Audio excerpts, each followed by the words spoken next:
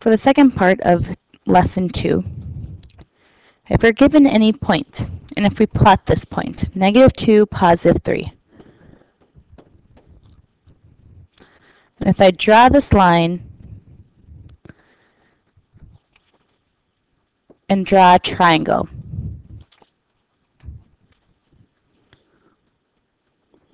if I'm looking for the sign, this would be my theta. Whenever you have a point on your XY grid, you always want to draw a triangle that's in reference to the x-axis. So this would be my theta right here. This would be a -2 because I went left 2 and I went up 3. So my opposite would be 3. My adjacent would be -2. For any right triangle, if I'm looking for my hypotenuse, it's a squared plus b squared equals c squared. So in this case, if I'm looking for r, it will be -2 squared plus 3 squared is equal to c squared. -2 squared is 4 plus 9 is equal to 13. So if I take the square root of both sides, my radius, or my r, is going to be equal to the square root of 13. So whenever you're given a point, sine is always equal to your y over r. Because if this is theta, my y is my opposite, which is opposite over hypotenuse. R will always be your hypotenuse. Cosine will always be your x over r. In this case, it would be -2 over square root 13. And sine would be 3 over square root 13. Again, you should never leave square roots on the bottom of your fraction. So if I multiply square root 13 over square root 13, this becomes 3 square root 13 over 13. And cosine becomes -2 square root 13 over 13. And if I'm looking for tangent, tangent theta is always going to be your y over x. Because again, if this is my theta, my opposite is 3, and my adjacent is -2. So here are the points. For any point P on a terminal side of theta in standard position. Here's the equation to find r, the square root of x squared plus y squared. And if I want to find the 6 trig functions for point 4, -5, your first step is to always plot the point. So if I go over 4, 1, 2, 3, 4, and down 5, plot this point, and if I draw this line, again, when you're drawing the triangle, it's always in reference to the x-axis.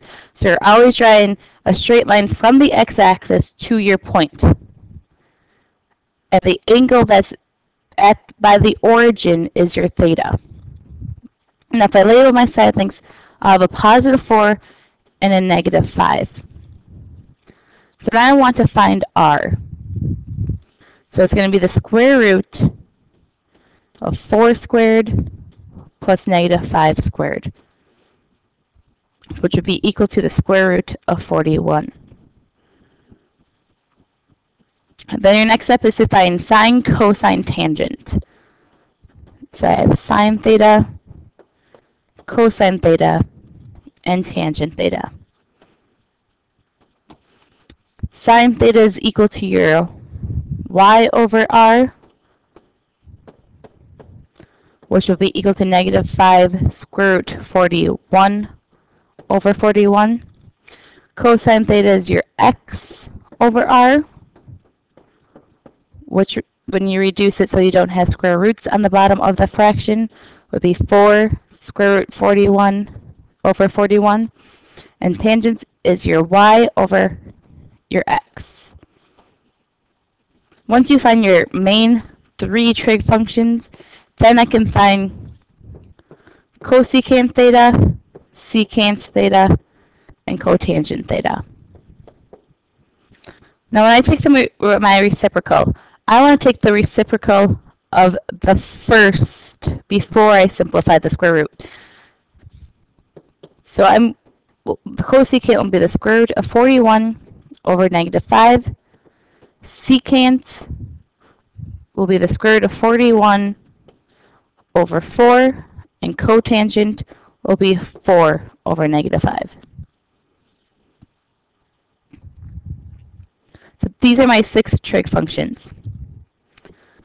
Here you should try to do the problem at point negative 3, 6 by yourself first and see if you get the same answer as I do.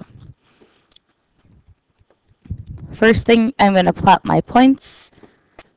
Negative 3, positive 6. You draw that line out to the point, and you should always draw the straight line from the point to the x-axis.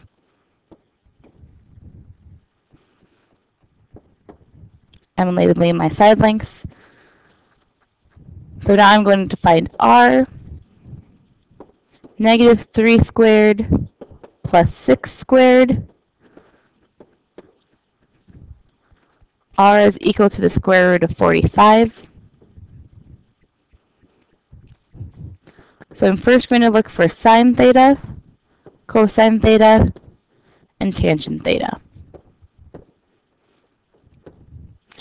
Sine theta is your y over your r, which would be equal to 6 square root 45 over 45. And if possible, you should reduce. So 6 and 45 can both be divisible by 3. So this would be 2 square root 45 over 13. Cosine theta is your x over your r. So this would be negative 3 square root of 45 over 45. And again, they're both divisible by 3. So this would be a negative square root 45 over 13. And your tangent theta is your y over your x. Here it's a negative 2. Once I have those 3 trig functions, I can find cosecant, secant, and cotangent. Again, I want to use my first before I simplified. So this would be square root 45 over 6. Secant would be square root 45 over negative 3. And cotangent would be negative 3 over 6, which is equal to negative 1/2.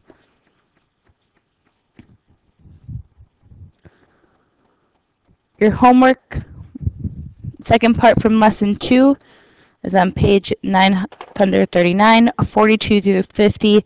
Those are even. 61, 66, 68, 78 through 80.